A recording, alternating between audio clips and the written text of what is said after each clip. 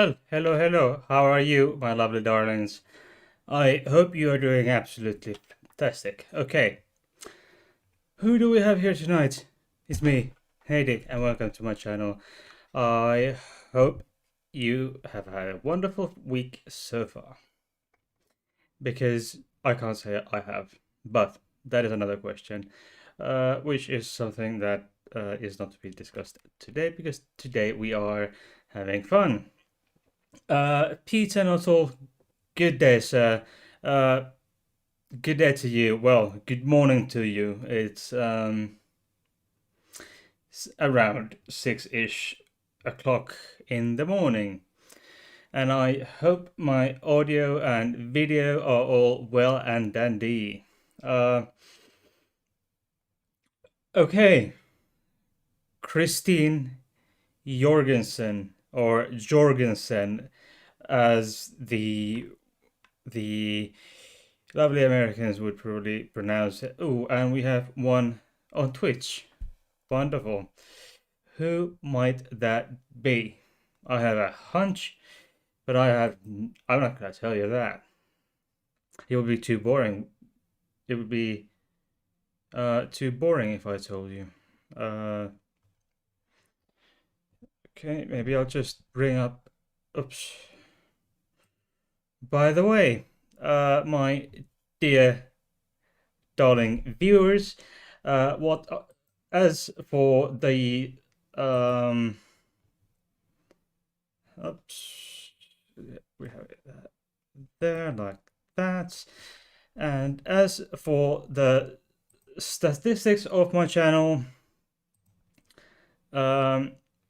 apparently almost none of you liked my video on Sir Ian McKellen, because almost no one has watched it, and I'm quite upset because Sir Ian McKellen is a wonderful, wonderful man, and again, apparently you, my darling viewers, disliked even further my video on Sylvia Rivera. Sylvia Rivera, HIV/AIDS, and Magnus Hirschfeld, poor old man, have performed somewhat miserably. Good old Magnus has been, you have been more generous on him within the past week or so. But go watch these videos before you make a disgrace on these people. But some positive we can draw from this this live stream after that rant. One positive thing is, or actually plural, are my lovely co-host Stefan there. Okay, and then we have Bertil. He had a bit of a wild trip with the other mama to the beach. Join Patreon and you'll see. It's Patreon only. Patreon account. You get to see that and support my channel for as little as €3 a month. The links are in the description. And without further ado, the fun bit. Peter, you have been a longer term viewers of my channel. I can say that at this point already, or one of the longest term at least. Without cheating, without checking up on this, how many live streams have I made? Which is the number for today, i.e. 50th, 55th, etc. Do not cheat. If you haven't counted, have a guess. Don't check. Meanwhile, we might as well. What the fuck is going on? Oops, I need emergency. Emergency. I think my. What the hell is going on? Uh, my green screen is falling apart. No. Okay, there we have it. Okay, and the lovely person who is watching Peter, that is very close. This is number 60. This is my 60th live stream. On the videos, on the recorded side, I have some 2 shorter ones. So that is, but on the live stream side, all episodes, all 60 episodes are full length live streams. This is number 60. I just noticed today. I noticed literally this morning because I created this live stream around, was it around noon my time, because I had a shitty day at work and I just wouldn't bother. And I've noticed that there are better views if I create the stream the same day, if possible. Usually I can't, but yeah, anyway, I know when I created this live stream this morning, morning-ish, noonish, I noticed this is number 60. None of them are available. Not all are available on Twitch, but all 60 are available on YouTube, and I'm quite proud of it, really. Which is quite an accomplishment, really. So I can check you the stat, and I have 24 full-length episodes on as recorded. So that is in total in terms of full episodes, in terms of that, this is the 84th, 60th live stream and an 84th episode in total. So there you go, stats for you. Bam. Okay. It's quite impressive, I think, if you ask me. Yeah. Check the links in the description. Okay. Okay. Okay. Actually, to the actual topic. Chris, what the one that you are here for? Okay. Is okay. So, Christine Jorgensen or Jorgensen. She is or was the first person known publicly to have gone through the sex reassignment surgery, or what some would call, or many would call, gender reassignment surgery, but I disagree. I think it should be called sex reassignment surgery, because gender is something that is, sex is not something that is biological, and gender is a social construct. Please go check my video on Judith Butler. Also, please check my videos on closely related subjects, third gender, etc. please check those. And then the hijras, kathois, etc. I made a video about those recently. Please check those. You just cannot.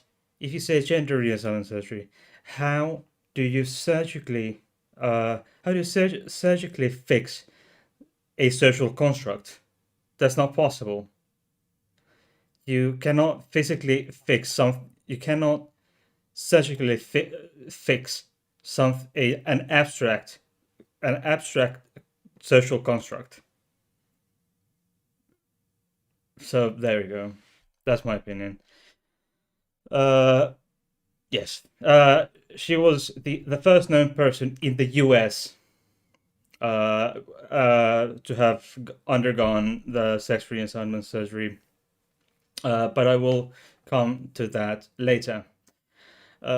She was born May 30th in 1926 in New York City, New York, as the second child of carpenter and contractor George William Jorgensen and his wife Florence Davis Hansen.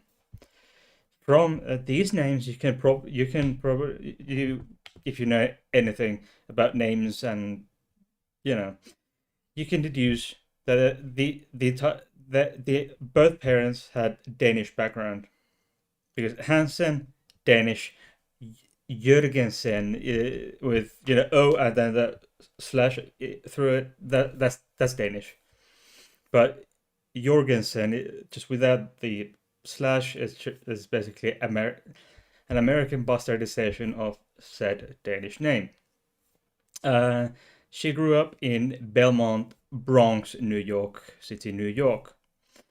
She graduated from high school at the age of 19 in 1945, and after that she was drafted. Soon thereafter, she was drafted in the U.S. Army during when the Second World War was still, on the verge of ending, and then served there in the U.S. Army for some time until she was discharged. I think 2 years later. By that point, getting back to New York from the military service, she was concerned about not having produced, even at the age of 20, not having produced strong or explicit male secondary male characteristics, i.e., not having fully developed the male features that would be expected of a male individual. Okay. I might as well just. I forgot to get up a picture of her. Let's get that up.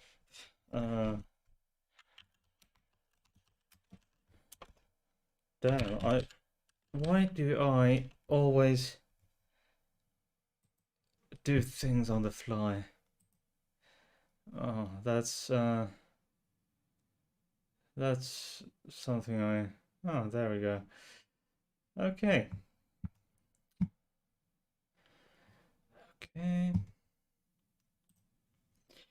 Let's get that up on the screen. Oh, oops, there you have it. Okay. Oh, she's not quite to my taste, but it's she was somewhat pretty when she was young. Again, not really to my taste. Not my taste. Okay, there's actually a Finnish magazine actually has called an article which is titled I feel it's the title there is I feel a woman's soul in my body. This was what being transgender what this is what transgender being transgender was like in 1950s, which is quite a handy little article. And then she's compared to Caitlyn Jenner. Uh, so yeah, that should tell you something that should tell you something about Christine Jorgensen. But she and then yeah, one of these that really bother me is XGI blonde becomes blonde beauty operations transform Bronx youth. Oh, for fuck's sake, come on. But hey, you know, you get the point.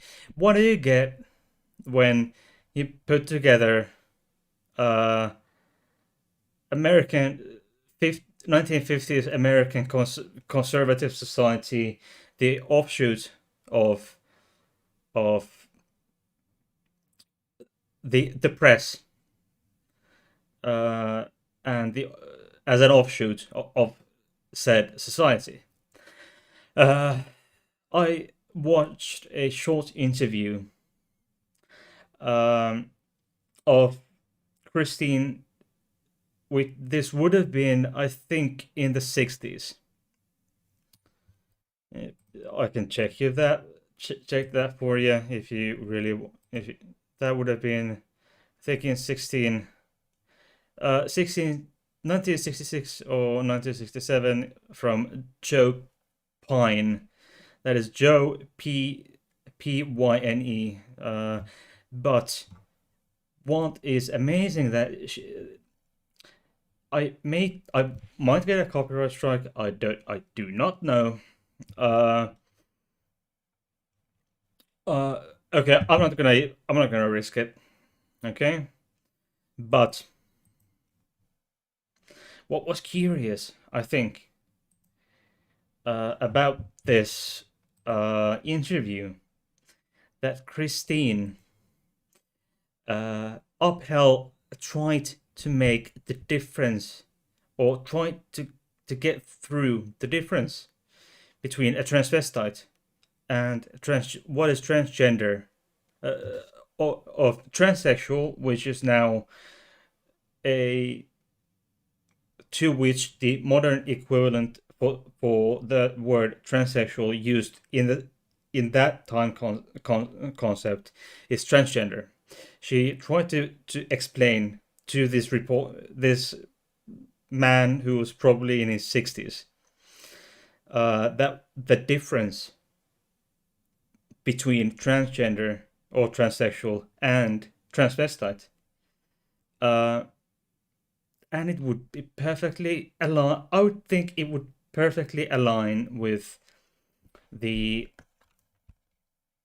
what we would now uh, separate or define the difference of the two. I'll just link it to the description.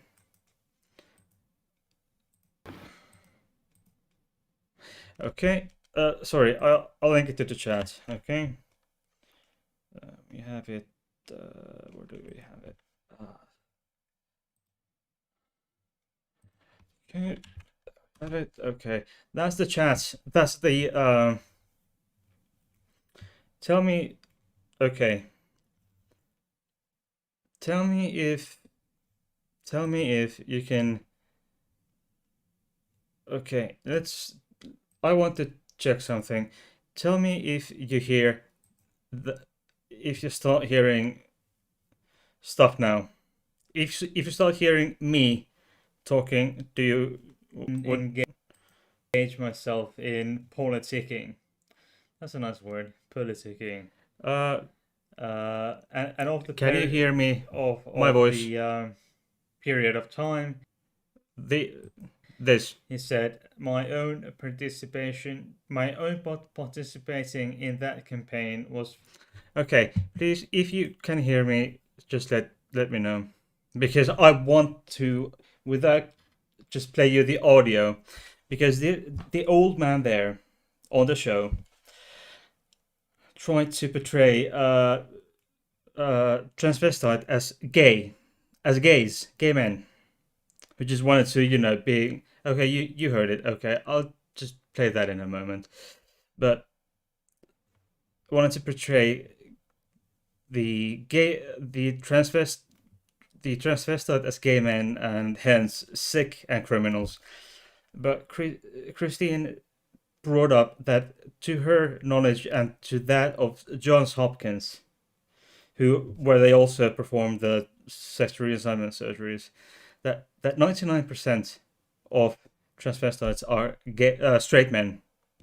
That is, as far as I know, it's that is accurate.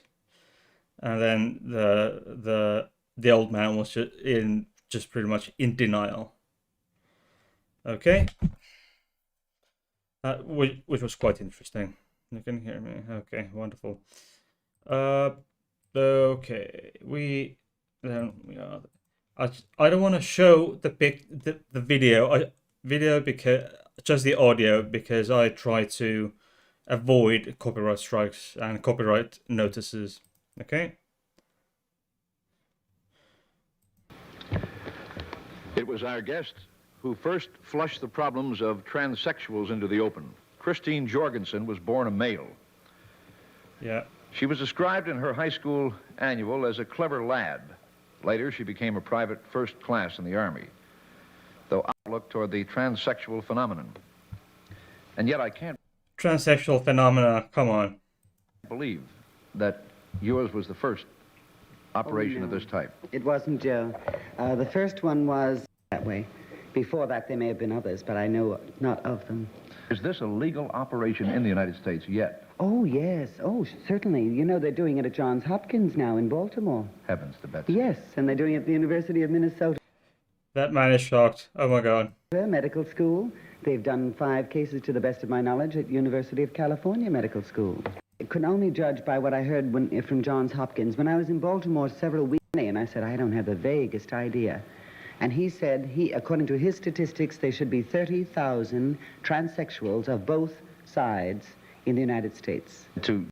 Yeah, this is, of course, the population at the time was something like half of what it is now. But still, 60,000 doesn't. This is to a very, very modest estimate. Is downgrading. A transsexual and a transvestite differ in that. Okay, here we go. This is what I talked about. Okay. I differ in that the transvestite is a dressing up type of homosexual, and you don't claim to be a homosexual. No, now I should say you claim you're not a homosexual. Well, an interesting point. If you say that if I was established and accepted by society for the first 26 years of my life as a male, then my emotional feelings during that period toward another male had to be considered a homosexual emotion in the eyes of society, although I never saw it that way in my own eyes. Mm-hmm. But again, Joe, may I correct something which has been very startling, I think. Yeah, this, again, this is what she's talking about here is of course the concept of if a straight trans woman pre-transition and then loves a man as his male, that's considered in the eyes of society homosexual until said trans woman would transition, and some still considered gay. But hey, that a transvestite, they have proven statistically that 99% of them are heterosexual. Now, this is even more interesting than ever. I mean, men who dress up in women's clothing are really, by the world standards, normal sexually? It's a very interesting case. Well, how can that be normal, though, to want to go around that way? Well, it's hard to say what's normal, but It's very hard. It's very hard to say what's normal. Come on. Okay, that's it. That was impromptu. Sometimes I do stuff that are a bit impromptu. Okay. Anyway, after serving in the military, it has become clear that Christine served in the U.S. Army and was a sergeant first class. Uh, after she was discharged and came back to New York, she began her studies, all sorts of things. For example, studying to become a dental care assistant or whatever it's called in English. I couldn't find the correct term that would have been used at the time, but dental care assistant is the closest I could come up with. And also, she went to a photography school, and she was quite good at it, as far as I can tell. During her studies, she had plenty of. When she discovered the possibility. During her studies, she learned about the possibility of the sex reassignment surgery, but it wasn't legal or possible in the US then. At that time, it wasn't until many years later. So she had help from the husband of a classmate, Joseph Angelo, a doctor. He ended up being a doctor and a surgeon, I think. And she then traveled to Denmark in 1950. Of all the countries, Denmark. She was supposed to go to Sweden. She meant to go to Sweden because at that time in Sweden, the only doctors performing these operations were in Sweden. Sweden in the early 50s. Mind you, Magnus Hirschfeld was long gone by then. He passed in 1935.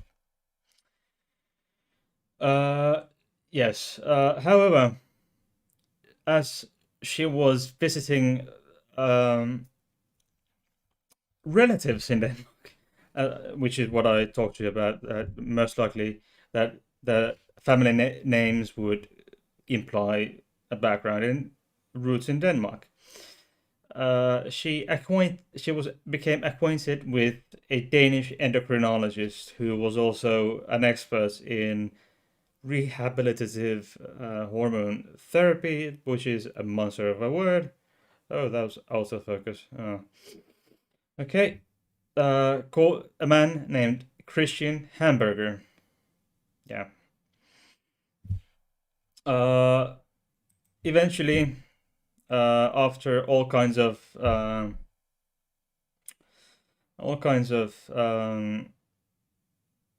turns of events, Christine.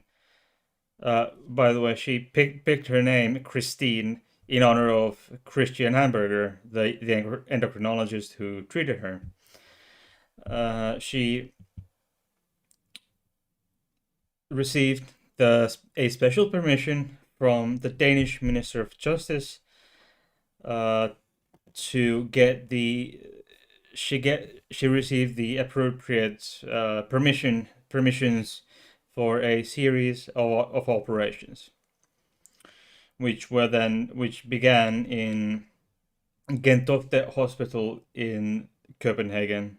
For those of you who do not know, Copenhagen is the capital of Denmark, and she had another operation in the Copenhagen University Hospital this was in 1950. So she had these operations in the span of a year or year and a half, and eventually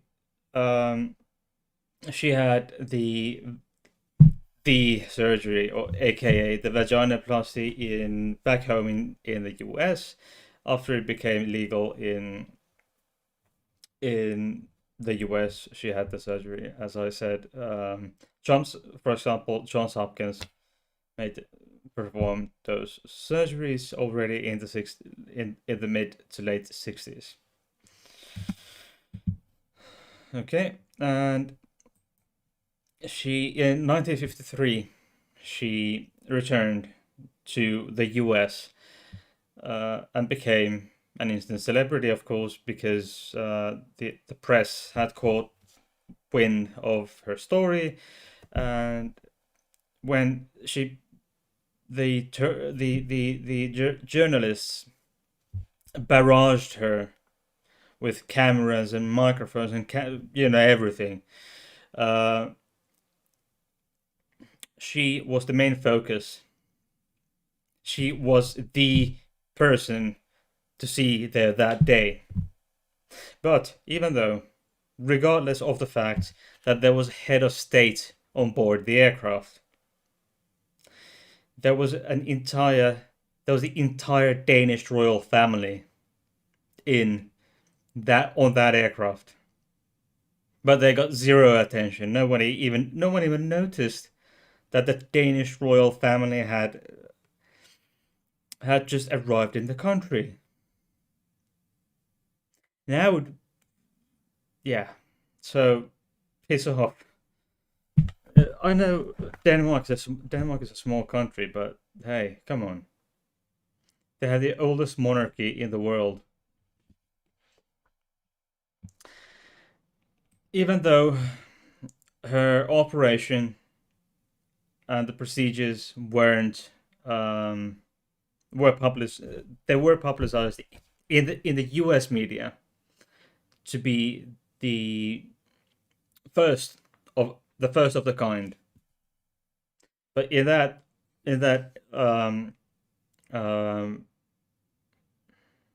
interview or the TV program, she mentions that there were operations of this kind in Germany in late 20s and early 30s. The last one being 1931, I think. For example, Dorchen Richter and Lily Elbe, a Danish artist, and these were performed in where else than Institut für Sexualwissenschaft, aka the Institute of Sex Research in Berlin, Germany. By whom, you may ask? Magnus Hirschfeld, the man I made a video about. If you haven't checked that video by now, please go do that. After you watch this, go check that one out. It was a flop. I'm disappointed because I really liked making that live stream. Okay, let's take that.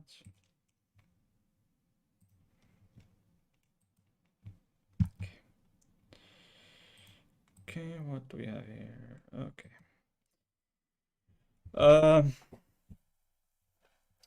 What happened to her after these operations and sudden fame?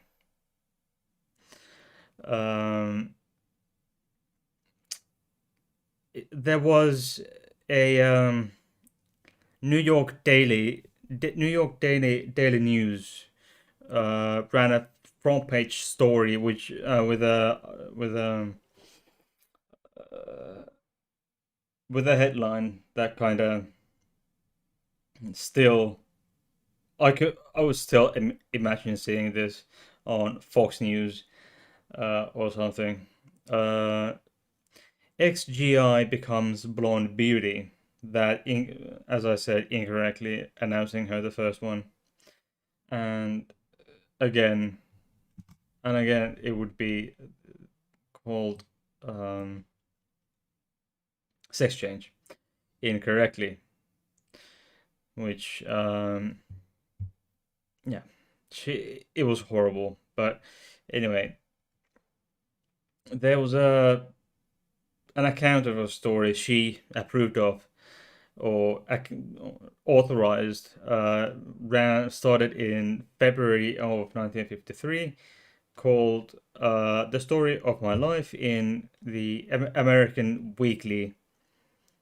She also published uh, an autobiography, Christine Jorgensen, a personal autobiography, which it sold about 500,000 copies, which is a surprising amount. The publicity was horrendous. Um, and the way she did it became uh, a model for many how to do it for decades, kind of. I guess, and uh, yeah, she tried to get people to think to shift their thinking from transgender people being as freaks or perverts to just an average average Joe and Juliet, really. Uh, After her vaginoplasty, she had in the 50s, she had a few publicized relationships with, for example, John Traub, a union statistician, and a typist, Howard Knox. But there was and still is a concept of a birth certificate, which you need apparently in the US. You need it for every fucking thing. And if you don't have one, or it shows the wrong gender marker, you're screwed because you cannot change it. I mean, I haven't even seen my own birth certificate. Because I don't think I even have one. Because in Finland we don't need one. We have a census system that the hospital sends the papers there. That's it. I don't think I haven't seen any of those from my own papers. And we have the social security number, which sticks with you. As I understand it, the social security number has something to do with your family insurance. If you that too. So it basically is an ID, but without a picture. Yeah, I'm not gonna rant anymore. But having a birth certificate that you need for every single thing, even like you need the birth certificate just to get the permission to breathe. You need a birth certificate, and if you have the wrong marker, that's it. Okay. I always get triggered with that. But anyway, she couldn't marry these men because they weren't given a marriage license because she was um her birth certificate said that she was a man at the time. Uh, yeah, she moved then to LA after a period of time when her parents had died and stuff. Okay, she had she recorded a number of songs, and she performed as an actress, and all kinds of interesting things. She had her cabaret, when she would during which she would quickly change into a Wonder Woman costume. Of course, she couldn't for too much, and had this performance act. She performed at, for example, Freddy's Supper Club on East Upper Side of Manhattan till probably at least 1982. After which, and then also in Hollywood, for example, in Backlog Theatre. And she passed away of bladder and lung cancer on May 30th. May 3rd, 1989, at the age of 62, a month before her 63rd birthday. And ashes were scattered off of Dana Point, California. She was, as I said, highly publicized, but in horrendous ways, I think, and many would consider that being horrendous, the way she was publicized. But she still had a legacy, and she brought light even in the darkest of time. Even in the darkest of times, she brought light to what gender identity is, what being trans is, what transgender, how transgender and being a transvestite differ from each other. I recommend my video on transvestism. I think I've made one. It's from almost a year ago now. And she herself saw herself as part of what became known as the sexual revolution, which was a social movement some decades ago that challenged traditional codes of behavior related to interpersonal relations and especially sexuality in the US. And she gave a statement to LA Times saying, I am very proud now, looking back, that I was on that street corner 36 years ago when a movement started. It was a sexual revolution that was going to start with or without me. We may not have started it, but we gave it a good, swift kick in the pants. Sounds just about right, doesn't it? And has been inducted to the Legacy Walk, an honoree on Rainbow Honor Walk, which is a walk of fame in Castro neighborhood in San Francisco.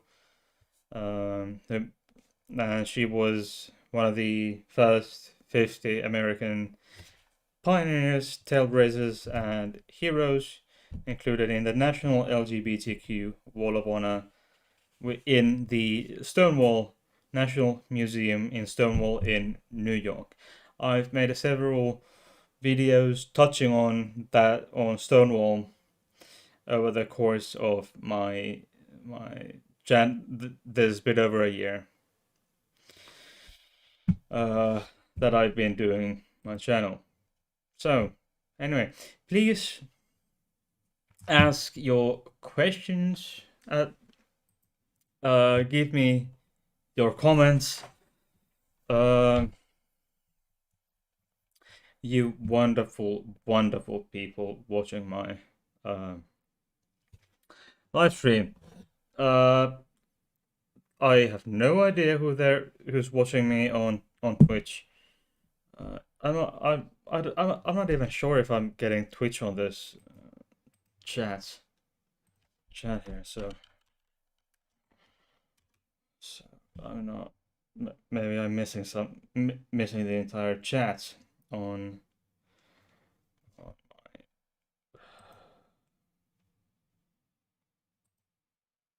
Okay, why am I not seeing?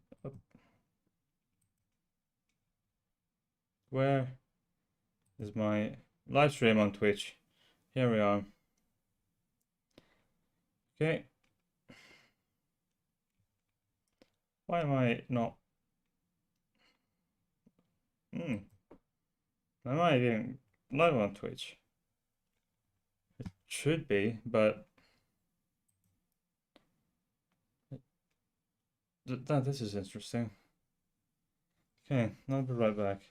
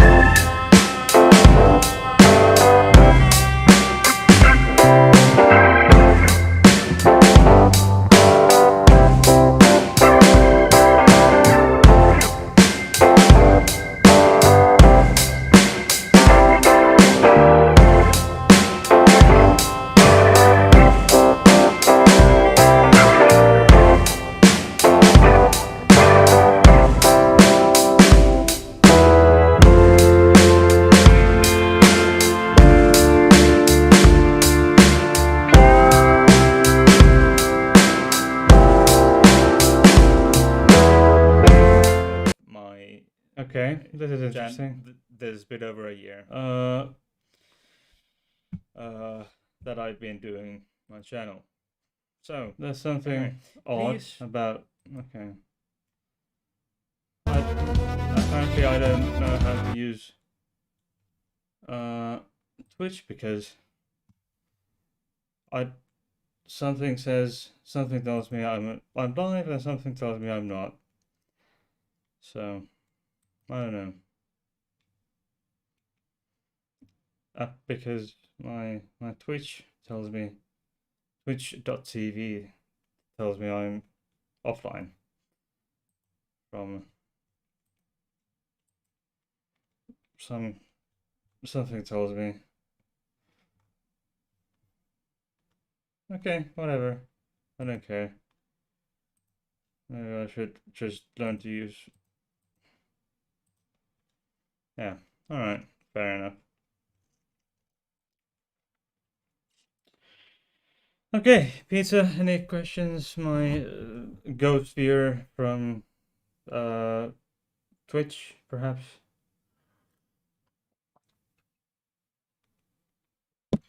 Commentary, news, anything. Peter, please tell me. How has your life been like since we last spoke?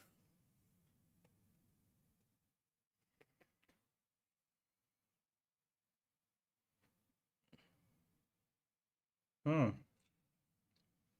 We have an interesting username. Oh my god. Oh shit. Oh, come on.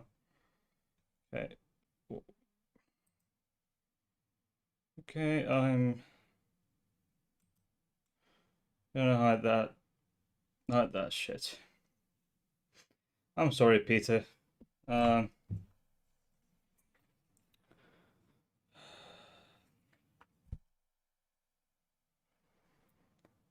That viewer, I'm not gonna repeat that name. Do you really have to? I ain't what you're calling me. I mean,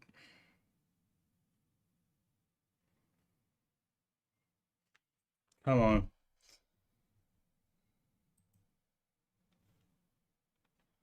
Come on, man. Oh, that's not on Twitch, is it? No. It's not on Twitch. Oops.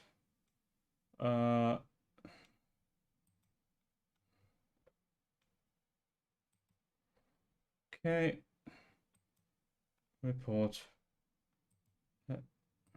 Okay, I reported this person. Okay. I'm gonna have to hide it for the rest of the show because that that shit, that abomination. I'm sorry, Peter. Where the hell did that come from? I didn't see that one coming. Am I indeed? Alright. Anyway, Peter, I can see you on the side chat. How you doing, man? Yeah, that's rude, I know. Peter's saying because my replay viewers can't see the chat anymore. Peter's saying how annoying, yes, and how rude. That's a troll, and I can't remember having any trolls like this before now. That's a new thing. But hey, you get always something new. You get always something new, you know? Okay, I might as well just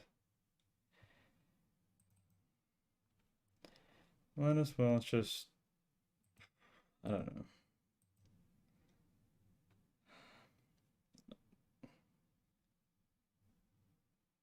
Okay, refresh. Do I have it? Okay, now it's removed from the chat. That's annoying. Rude. Please, people, don't be the. You've seen that on Discord. Which one? Do I have this particular user? Please DM me on Discord. If you could just please, just DM me on Discord the username, because if this person is on my Discord servers, I need to get this little fucker out of there.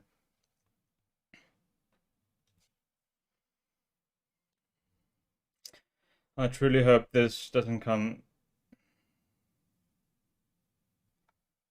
back to haunt me, but all this kind of shit comes in every here and then. I think I had a troll some time ago. I can't remember where it was. Uh, I can't remember who it was. I mean, in the chat, but at least we had the one troll that we had, huge troll that just it was a fucking nightmare. Oh my god, it was just horrendous.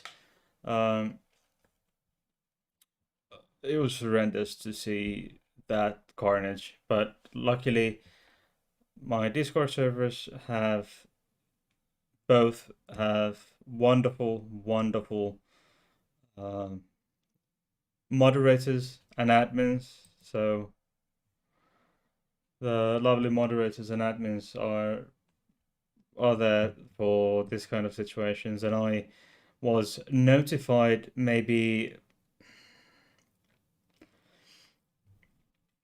5 minutes after 5 to 10 minutes after the initial trolling happened. It was horrendous. Or this kind of horrible spam trolling occurred, and it was my admins had already taken care of all of it, before I was even notified. I didn't even notice, because I think I was still asleep or something, and then my admin dings me, just get up here now, and they had taken care of it, which is wonderful.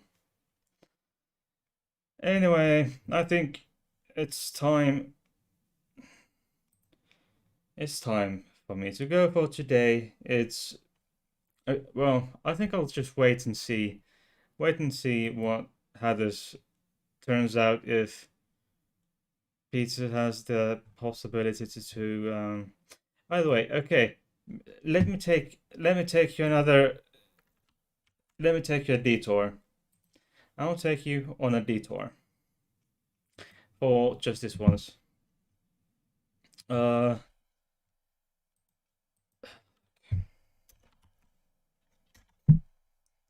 I wish to produce you, or introduce you to news. Okay. Okay, we have news. Okay, where do we have it? There. Ah. Squid Game. Oh my fucking god! Squid Game in the UK. This is actually quite scary. Okay, this is the fun bit for today. Before I before I let you go. Okay, so BBC on October 13th goes on to say, because the symbol that resembles, very closely resembling the Squid Game symbol, or what are those business cards. Okay, the sign the sign on M4, which is a big motorway in England, I understand it.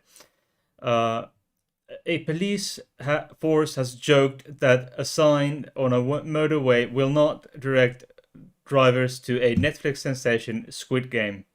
The sign at Junction 5 of the M4 near Slough has an uncanny resemblance to the symbols that appear in the show. That's interesting. Okay. But the Thames Valley Road Policing posted on Twitter, it's just the directions for diversion routes during the roadwork. Phew. Squid Game follows a small group of people in South Korea playing in a deadly tournament of children's games. Look, it's circle, square, and triangle. Okay. Okay. Okay.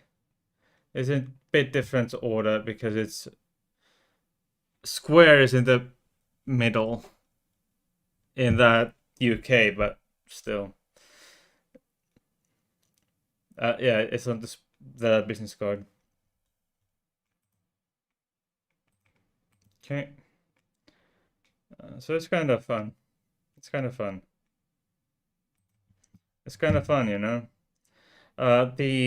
Squid Game has become Netflix's biggest ever series launch. But those heathens of you who do not know who or what Squid Game is, the Korean drama was watched by 11 million users in its first 28 days, knocking Bridgerton 28 million out of the top spot. Yeah. Okay, so a nine-part series which debuted in September tells a story of a group of misfits taking part in a series of children's playground games. The prize is 45.6 billion Korean won, which is 28 million UK pounds. That's 33. Right now, that's 33. Somewhere between, I think, 33 million euros, or 30 million euros, and then 33 or something million US dollars. The prize. Thankfully, that probably won't happen if you follow the sign on the M4. The Thames Valley Police tweets adds, we can confirm that by following this signage from the M4 Junction 5 will not lead you to Squid Game. That's a bit fun. That's a fun bit for ending this wonderful stream, which unfortunately was being trolled by an individual I didn't hope to see today. Okay. Meanwhile, I would like to applaud Peter for outstanding support for my channel, and also for getting up early so goddamn early for my live streams. Thank you. And yeah. Today I would love to give you another goodbye for with my co-hosts, which are Stefan. Aww. And which is of course, and the other one is the always lovely furry Stefan. Bertil. This is Bertil. Okay.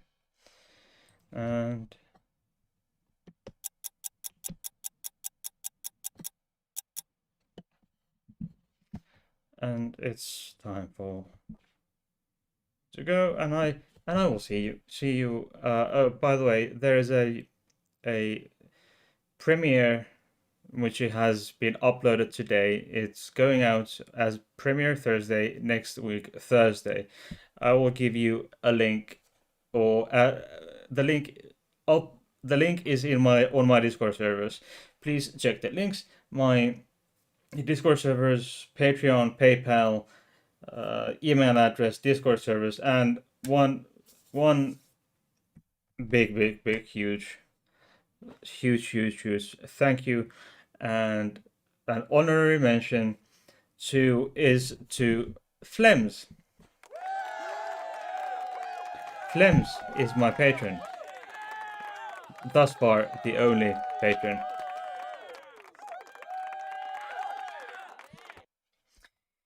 That's been for a month, almost a month now. Please, go there too. Check things out. There's some sassy stuff you can get if you join my Patreon today. Until then,